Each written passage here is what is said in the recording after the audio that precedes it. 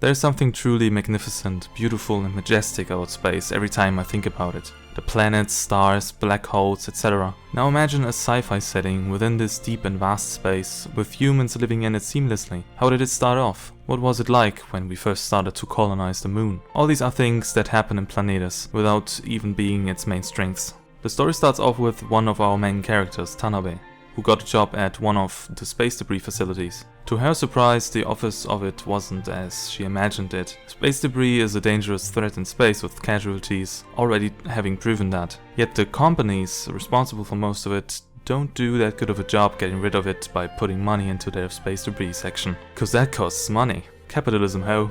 The main focus of the story is about how the space colonization and use of the resources further isolates third world countries from global markets, and how the use of space resources only makes it more difficult for them to compete within such a globalized economic market. Even though this isn't very clear from the very beginning, with the show only slowly going into details or even hinting on an overarching plot halfway through, it was still very captivating and interesting, considering what it was about and who gets affected by it. Does space belong only to those who can afford it? Though it is the main focus in the end, it's not exactly why this show is so entertaining and well written. Yes, it is part of it, but the main cast is already reason enough for me to recommend this anime. We even get some fair share of psychological and romantic drama, all within the small time frame of 26 episodes. Both the psychological and romantic drama have major impact on the main characters as well as side characters involved with it. Especially the psychological aspects of the show really kept me interested. It kept asking the question of, how far would you go to accomplish your dreams? So getting Berserk vibes from this is a given.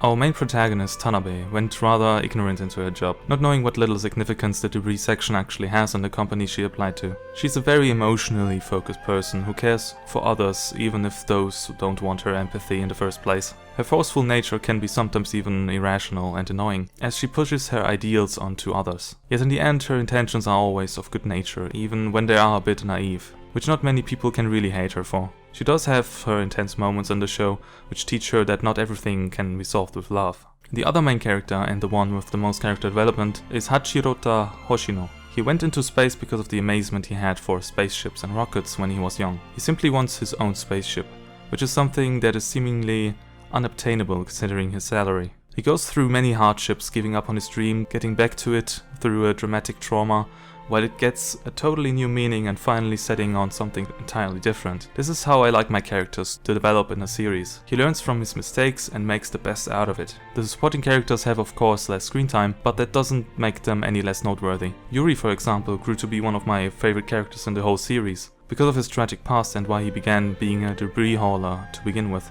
In fact, most of the crew members in the debris section have their own little story to tell, and none of which are unimportant in the slightest. They all have their faults and imperfections, but these are exactly what make them memorable characters. Even if you don't like every single character, their arcs all lead to a satisfying conclusion, that much is certain. Animation-wise, I don't seem to remember anything that stood out negatively. The obligatory CG existed, but it was used very tastefully and only for things like space stations, as far as I can remember. The soundtrack, on the other hand, is fantastic. It really underlined moving or thought-provoking scenes, and even on their own the songs remind me strongly of the scenes they were used in.